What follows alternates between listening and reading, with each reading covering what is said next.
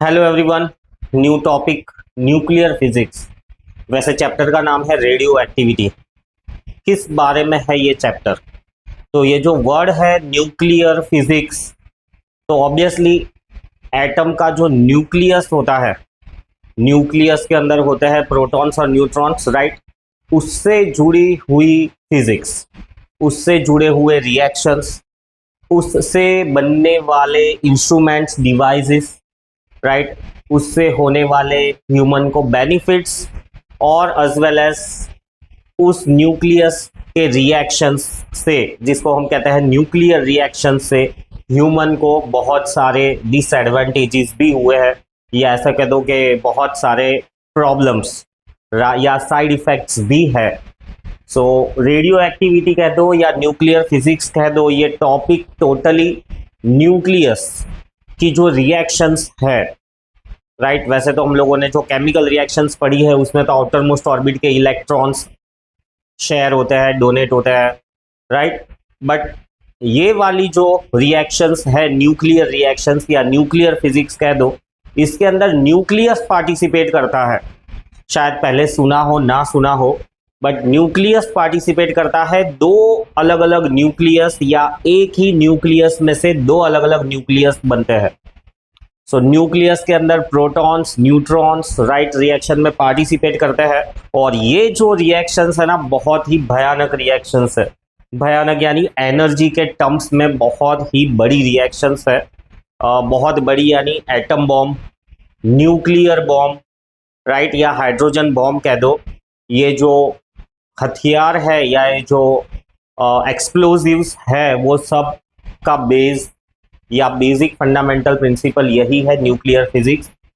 सन, सूरज में से जो कंटिन्यूअसली एनर्जी निकलती रहती है, राइट, लाइट जो हम तक पहुंचती है, वो लाइट भी न्यूक्लियर रिएक्शंस की वजह से ही है। सो ये टॉपिक टोटली तुमको न्यूक्लियस और उससे जुड़े facts, figures, use, disadvantages, advantages के बारे में बताएगा। सो अगर न्यूक्लियर साइंटिस्ट बनना चाहते हो, न्यूक्लियर साइंटिस्ट यानी बहुत स्पेशल होते हैं, जो न्यूक्लियस की रिएक्शंस को बहुत अच्छे से स्टडी करते हैं। एनर्जी, राइट, कितनी निकलेगी, कितनी कंज्यूम होगी, राइट। एडिशनली किस तरह का एनवायरनमेंट चाहिए कि न्यूक्लियर रिएक्शंस हो। हमारे आसपास में भी एटम्स है, उन एटम्स में भी न्यूक्लियस है ना। ऑक्सीजन है मेरे आसपास में, नाइट्रोजन है मेरे आसपास में। तो ये सारे एटम्स है। न्यूक्लियस टकरा के कोई न्यूक्लियर रिएक्शंस नहीं करते हैं। न्यूक्लियर रिएक्शंस के लिए बहुत ही स्पेशल कंडीशंस चाहिए, जो कि हमारे एटमॉस्फेयर में या हमारे घर में या ऐसा कह दो कि कुकर के अंदर पॉसिबल नहीं है। न्यूक्लियर पावर प्लांट, राइट, सुना होगा तुमने, देखा भी होगा कहीं पे, जीके में पढ़ा होगा। न्यूक्लियर पावर प्लांट बहुत ही बड़ा अरेंजमेंट है, बहुत सारे सेफ्टी फैक्टर्स, बहुत सारे रिएक्शन कंडीशन के फैक्टर्स जुड़े हुए, बहुत ही कॉम्प्लेक्स चीज होती है वो न्यूक्लियर पावर प्लांट, है ना। तो उन सब चीजों में फंडामेंटल्स क्या है वो हम पढ़ेंगे। तो let us start with nuclear physics. Chapter का नाम है रेडियो एक्टिविटी। सो स्टार्टिंग, तो वही हमारा क्वेश्चन कि भाई न्यूक्लियर रिएक्शन होता क्या है। तो बहुत सिंपल ही आंसर है कि भाई न्यूक्लियर रिएक्शन वो रिएक्शन है कि जिसमें न्यूक्लियस इन्वॉल्व होता है।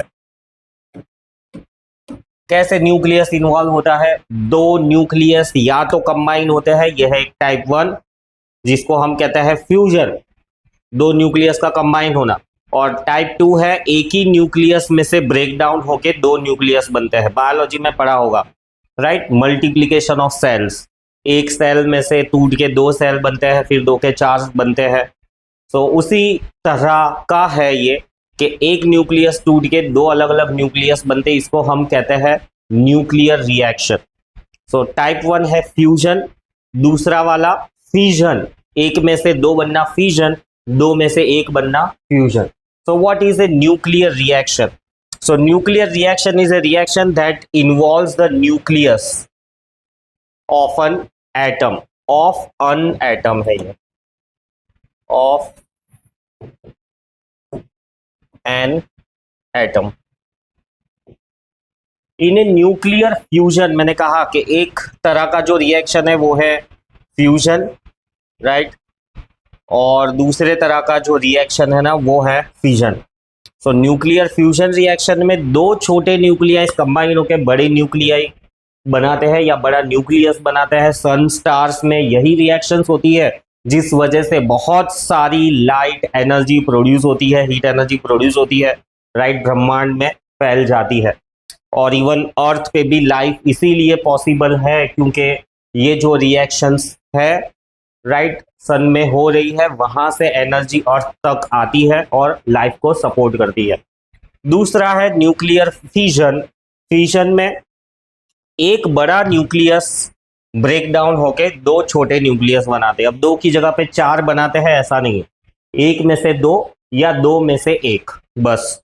ऐसा नहीं सोचना कि तीन न्यूक्लियस कंबाइन होके एक न्यूक्लियस बनाते, नहीं, फ्यूजन में दो न्यूक्लियस ही कंबाइन होते हैं और फिजन में एक न्यूक्लियस में से दो छोटे न्यूक्लियस बनते हैं।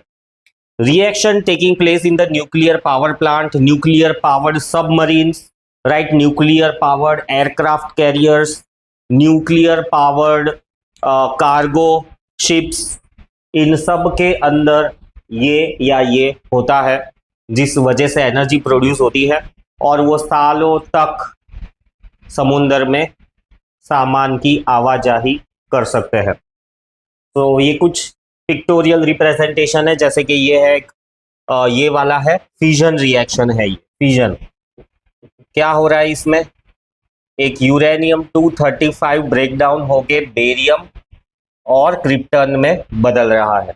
एडिशनली कैसे होता है ये रिएक्शन, एक स्लो मूविंग न्यूट्रॉन यूरेनियम के न्यूक्लियस के अंदर चला जाता है। ये कुछ ऐसी बात हुई कि एक मक्खी आ रही है धीरे धीरे और वो तुम्हारे नाक में चली गई या मुंह में चली गई, ऐसे ही ये slow moving neutron. However slow moving neutron again हमारे एटमॉस्फेयर में या घर में या लेबोरेटरी में हम नहीं बना सकते। ये जो कंडीशन है बहुत टिपिकल कंडीशन है, राइट, बहुत मुश्किल से ये कंडीशन फॉर्म होती है। लैब में तो नहीं हो सकती, बट जो पावर प्लांट्स वगैरह है, सबमरीन्स है बड़ी बड़ी, उन सब में ये कंडीशंस प्रोड्यूस कर सकता है। तो स्लो मूविंग न्यूट्रॉन यूरेनियम के अंदर फ्यूज हो गया, सडनली ये फटेगा, दो डॉटर न्यूक्लियाई बने, डॉटर है ये, पेरेंट में से बने, और एडिशनली दो न्यूट्रॉन्स भी फॉर्म हुए। अब अगर ये न्यूट्रॉन्स फास्ट मूविंग होंगे ना तो कोई काम के नहीं है, स्लो मूविंग न्यूट्रॉन चाहिए, धीरे धीरे धीरे धीरे जा रहा है और यूरेनियम के अंदर फ्यूज हो गया और फिर बड़ा धमाका। सो ये फिजन है, ये भी फिजन ही है, न्यूट्रॉन टकराया और दूसरे तीन न्यूट्रॉन्स बने। अब ये बेरियम और क्रिप्टम की जगह पे देखो ब्रोमीन और लैंथेनियम भी बन सकते हैं, तो जरूरी नहीं है यही बने, राइट, ये भी बन सकता है। डॉटर में जो भी एटम्स बने हैं वो अलग अलग भी हो सकते हैं। कंडीशन सिर्फ यही है कि ये 95 प्लस 139 शुड गिव यू 235, है ना। तो हो रहा है 139 प्लस 95 4 और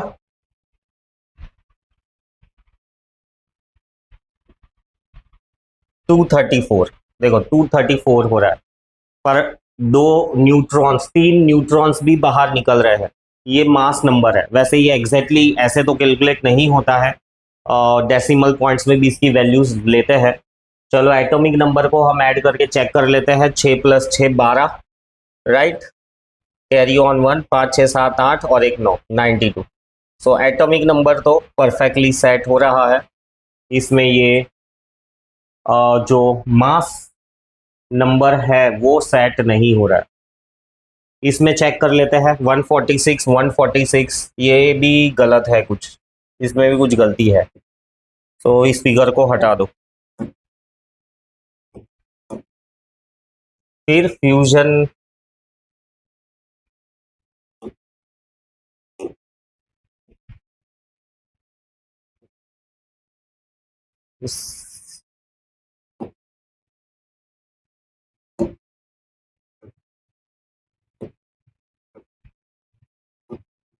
सो ये एक एग्जाम्पल था फिजन का,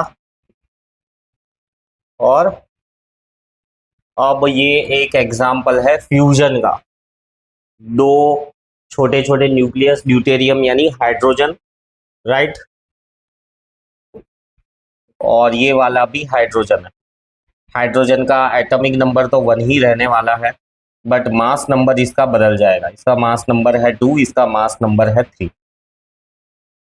ये पता होना चाहिए क्यों मास नंबर अलग अलग है। मास नंबर अलग अलग है because number of neutrons are different. इसके अंदर नंबर ऑफ न्यूट्रॉन्स है 2, इसके अंदर 1 मिनट, इसके अंदर नंबर ऑफ न्यूट्रॉन्स है 1 और इसके अंदर नंबर ऑफ न्यूट्रॉन्स है 2। नंबर ऑफ प्रोटॉन्स इधर 1, नंबर ऑफ प्रोटॉन्स इधर भी 1 ही है। सो अल्टीमेटली मास नंबर हो गया इसका 2, अल्टीमेटली इसका मास नंबर हो गया 3। इसको हम कहते हैं आइसोटोप्स ऑफ हाइड्रोजन। बचपन में पढ़ा होगा isotope, same atomic number but different mass number. ऐसा क्यों होता है, रीजन जान लो और याद भी रखो। ऐसा होने की वजह क्या है कि नंबर ऑफ न्यूट्रॉन्स अलग अलग है। ठीक है, आगे बढ़ते हैं। स्ट्रक्चर ऑफ द न्यूक्लियस, तो ऑब्वियसली फंडामेंटल चीज है। Nucleus of an atom is made up of 2 fundamental particles. Actually में न्यूक्लियस 2 चीजों का बना हुआ है, प्रोटॉन्स और न्यूट्रॉन्स। सो न्यूक्लियस के अंदर होता है प्रोटॉन और neutrons. Protons and neutrons are collectively called as nucleons. Word याद रखो, न्यूक्लियॉन्स। न्यूट्रॉन न्यूट्रल होता है, प्रोटॉन पॉजिटिव होता है। न्यूट्रॉन का mass slightly greater than the mass of the proton. Just एक फंडामेंटल फैक्ट्स है जो याद रखने चाहिए। However for simplicity we take mass of the proton equal to mass of the neutron. So nucleus के अंदर ये सब चीज, symbolic notation of the nucleus या एटम, एक्चुअली में तो एटम ही, तो सिंबॉलिक नोटेशन में इसका आंसर आएगा x, राइट, ऊपर a, राइट, जो है मास नंबर, और नीचे एटॉमिक नंबर। याद रखना, ये फोटो भी है, ये है एटॉमिक नंबर और ये है मास नंबर। और फिर बाद में relationship between a and z। तो ये चीज याद रखो कि भाई mass number is equals to atomic number plus number of neutrons, कि उसके अंदर न्यूट्रॉन्स कितने हैं। स्मॉल एन लिखो या कैपिटल एन लिखो, स्मॉल कैपिटल एन यूज कर लेते हैं, capital N. So expansion A stands for mass number, right, Z stands for atomic number. अच्छे से मगअप कर लो, ये स्टैंडर्ड नोटेशन है। And N stands for number of neutrons. So generally आगे भी जो रिएक्शंस आएंगी ना, सब रिएक्शंस के अंदर इसी तरह का नोटेशन यूज होने वाला है कि भाई x to the power a और बेस में z। पावर जो है मास नंबर रिप्रेजेंट करता है, बेस जो है वो एटॉमिक नंबर रिप्रेजेंट करता है। मास नंबर और एटॉमिक नंबर के बीच का रिलेशन कि mass number is equals to atomic number plus number of neutrons. ये देखो, ये कुछ एग्जांपल्स है, जैसे कार्बन के भी 3 आइसोटोप्स है, 12, 13, 14। हाइड्रोजन के भी 3 आइसोटोप्स है ना, ये पीछे भी देखा, ये 2 अलग अलग हाइड्रोजन कंबाइन हो रहे थे, ड्यूटेरियम, ट्रिटियम।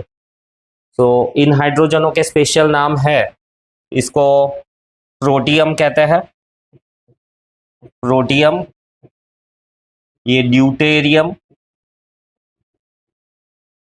और जो तीसरा वाला है ना, तीसरा वाला, इसको हम कहते हैं ट्रिटियम। सो कार्बन में ऐसे कोई स्पेशल नाम नहीं है, सिर्फ हाइड्रोजन के ही ऐसे स्पेशल नाम है। What are isotopes? Same atomic number, different mass number.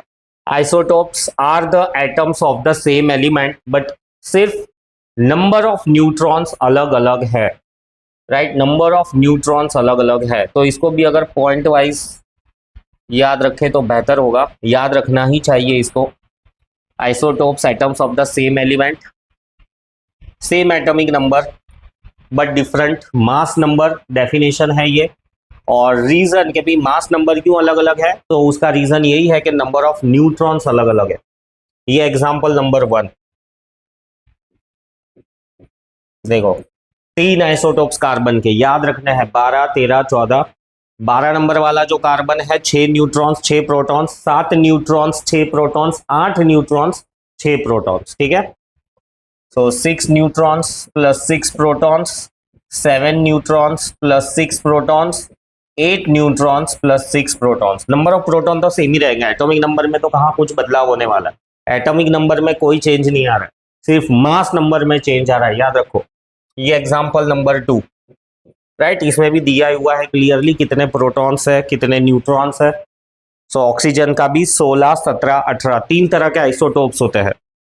तो अभी जो मैं सांस ले रहा हूं, हम सांस ले रहे हैं, तुम भी सांस ले रहे हो, तो कौन सा ऑक्सीजन अंदर जा रहा है, 16 नंबर वाला, 17 नंबर वाला या 18 नंबर वाला? चलो बताओ। ये तीनों जा रहे हैं। मेरे आसपास में जो ऑक्सीजन है उसमें कौन सा वाला ऑक्सीजन है, 16, 17 या 18? तुम्हारे घर के आसपास में जो ऑक्सीजन है वो कौन सा वाला है, 16, 17 या 18?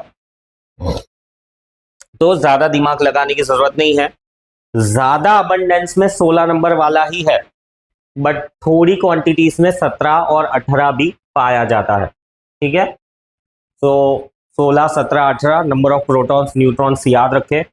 Hydrogen the most important example, हमारे आगे जो न्यूक्लियर रिएक्शंस की पढ़ाई होगी उसमें हाइड्रोजन ही यूज होने वाला है, प्रोटियम, ड्यूटेरियम, ट्रिटियम, राइट। देखो इसमें सिंबॉलिकली दिखाया हुआ है 1 proton and 1 0 neutron, 0 neutron, 1 proton and 1 neutron, 1 proton and 2 neutrons. ये मैंने आगे भी लिखा, हाँ नहीं इधर नहीं लिखा, हाँ ये लिखा है देखो, 1 न्यूट्रॉन 1 प्रोटॉन, और जो प्रोटियम है उसके अंदर एक भी न्यूट्रॉन नहीं है। परफेक्टली लर्न कर लेना। क्लोरीन के भी 2 आइसोटोप्स है, ये ऑप्शनल है, एग्जांपल नंबर 4, इसको याद करो नहीं करो, but IQ level, GK point of view से और साइंस पॉइंट ऑफ व्यू से याद कर लेना ही बेटर है। 17 प्रोटॉन्स, क्योंकि एटॉमिक नंबर तो बदलने वाला नहीं है, बट न्यूट्रॉन्स 18 है, उसमें 20 है। Number of protons number of electrons same ही रहेंगे, क्योंकि एटॉमिक नंबर में कोई चेंज नहीं आता। आइसोटोप का मतलब एटॉमिक नंबर सेम ही है। क्या इसके अलावा भी कोई और आइसोटोप है क्लोरीन का? नहीं, ऑलरेडी खोज हो चुकी है ना। रिसर्च के बाद ही पता चला है कि कार्बन के 3 आइसोटोप्स है, ऑक्सीजन के 3 आइसोटोप्स है, हाइड्रोजन के 3 आइसोटोप्स है, क्लोरीन के 2 आइसोटोप्स है, यूरेनियम के 2 आइसोटोप्स है, 238 राइट और 235। सो आई थिंक इसी बेसिस पे वो जो पहला वाला रिएक्शन हमारा हुआ नहीं था ना, 234, 235 और 238,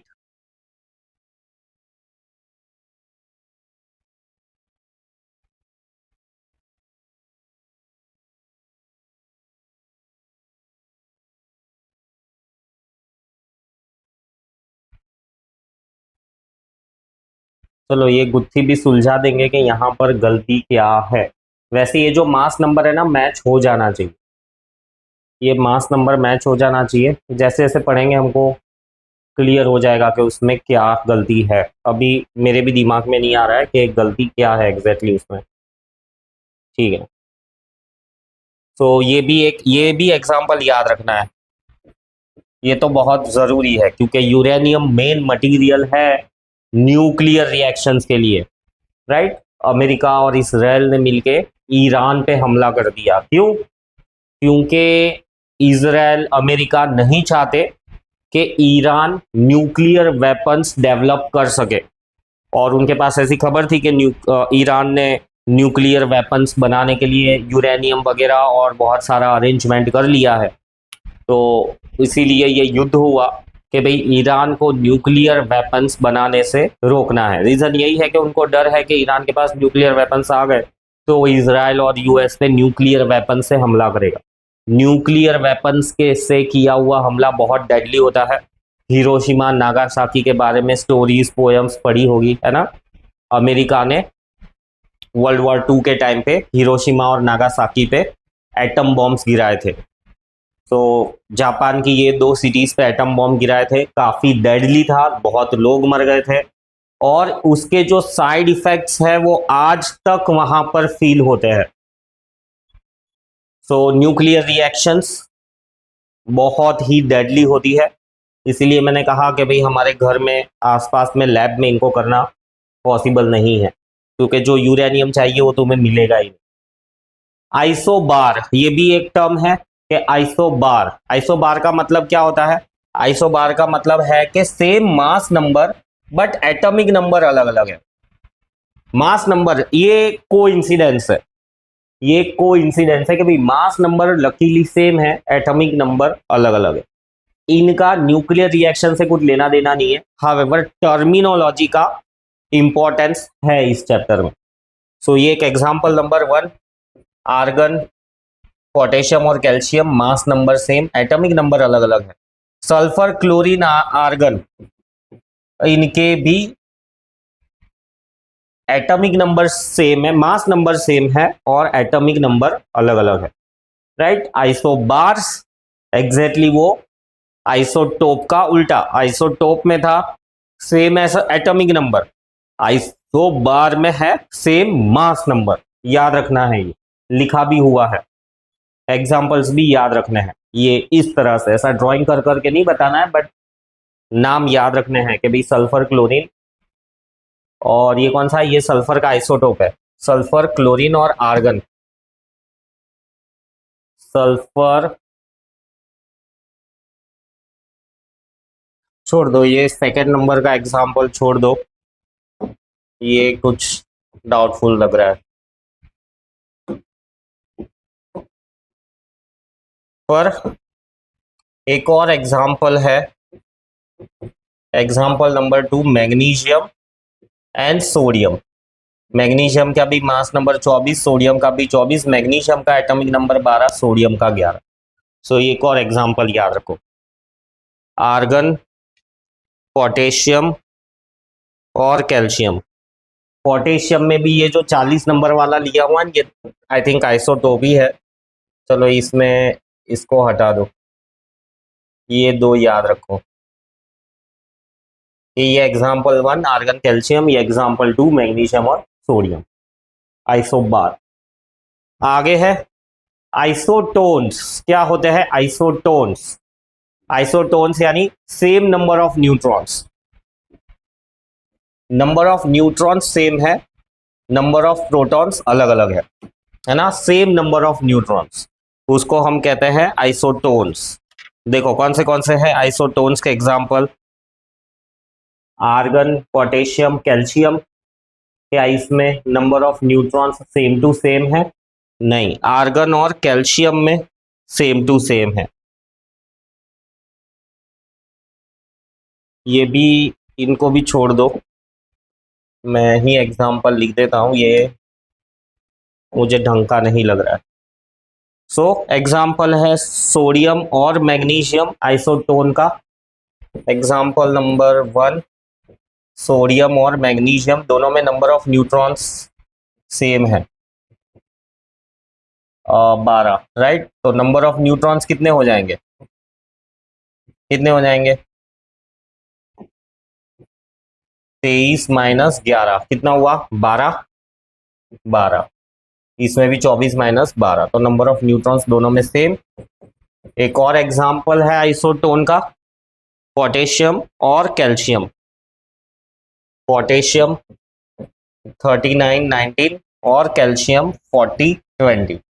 इसमें कितने हैं number of neutrons?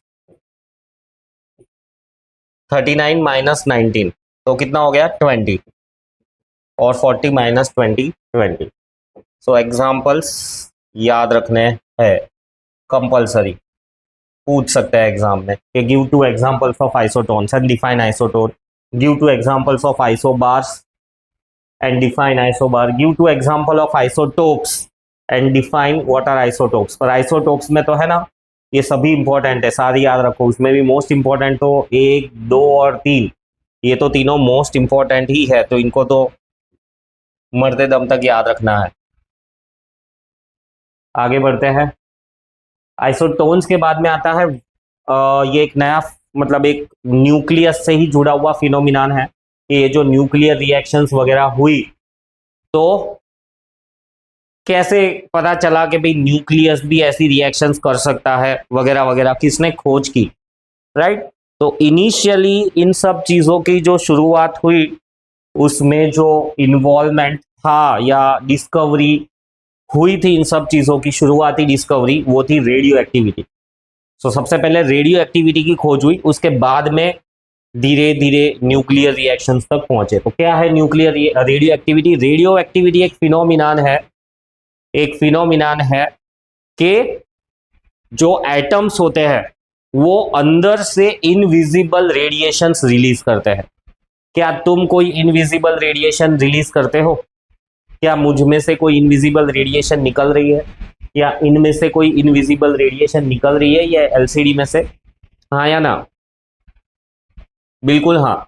Infrared radiation है ना, हम हीट के सोर्स है। हमारी बॉडी हमेशा थोड़ी वार्म कंडीशन में ही होती है, तो हम में से हीट निकलती है।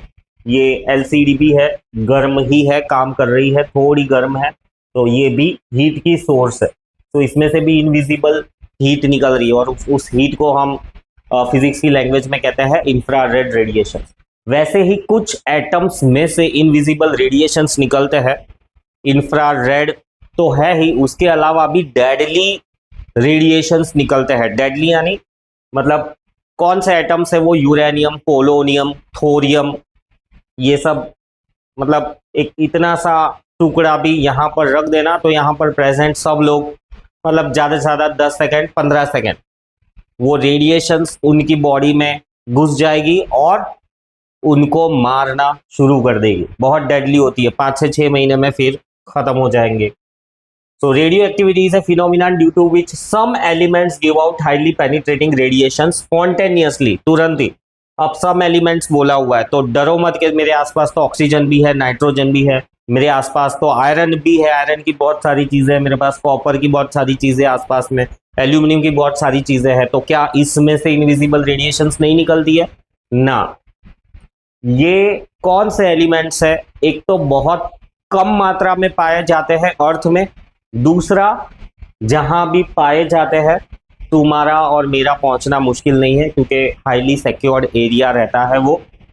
एडिशनली कौन से एलिमेंट्स है ये? मैंने कहा यूरेनियम, थोरियम, पोलोनियम, खास करके वो एलिमेंट्स जिनका मास नंबर 1992 से बड़ा है।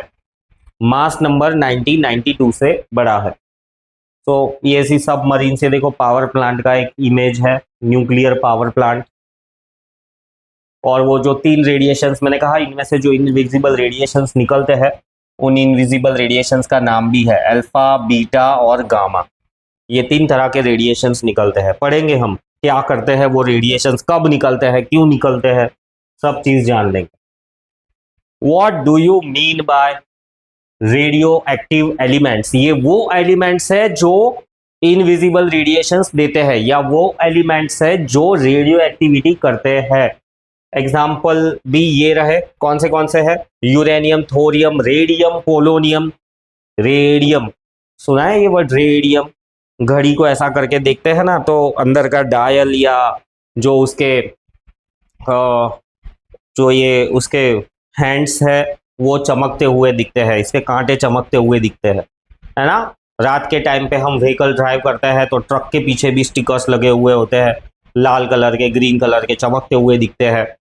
सेफ्टी जैकेट जो पहना हुआ रहता है वर्कर्स ने, वो जैकेट्स भी चमकते हुए दिखते हैं, रेडियम के बने हुए रहते हैं। हाउएवर रेडियम भी एक रेडियो एक्टिव सब्सटेंस है, बट रेडियम में से निकलने वाला रेडिएशन उतना हानिकारक नहीं है, मतलब बिल्कुल भी हानिकारक नहीं है। समझ में आया? तो ऐसा मत सोचो कि भाई रेडियम भी लिखा हुआ है, अब रेडियम में से तो कितना रेडिएशन निकलता है, मर जाएंगे रेडियम को देखेंगे, यूज करेंगे, टच करेंगे तो नहीं। रेडियम में से बहुत कम मात्रा में निकलता है। बहुत ज्यादा निकलने वाला है यूरेनियम में से, और वो तुम्हें कहीं नहीं मिलेगा। सो रेडियो एक्टिव एलिमेंट्स और उसके examples. Who discovered radio activity? तो ये डिस्कवरी से डिस्कशन हम नेक्स्ट क्लास में स्टार्ट करेंगे। राइट, जो भी फंडामेंटल्स, डेफिनेशंस, टर्मिनोलॉजी पढ़ाई है ढंग से पढ़ लो, लर्न भी कर लो, क्योंकि आगे वो यूज होने वाली है। Bye bye, see you.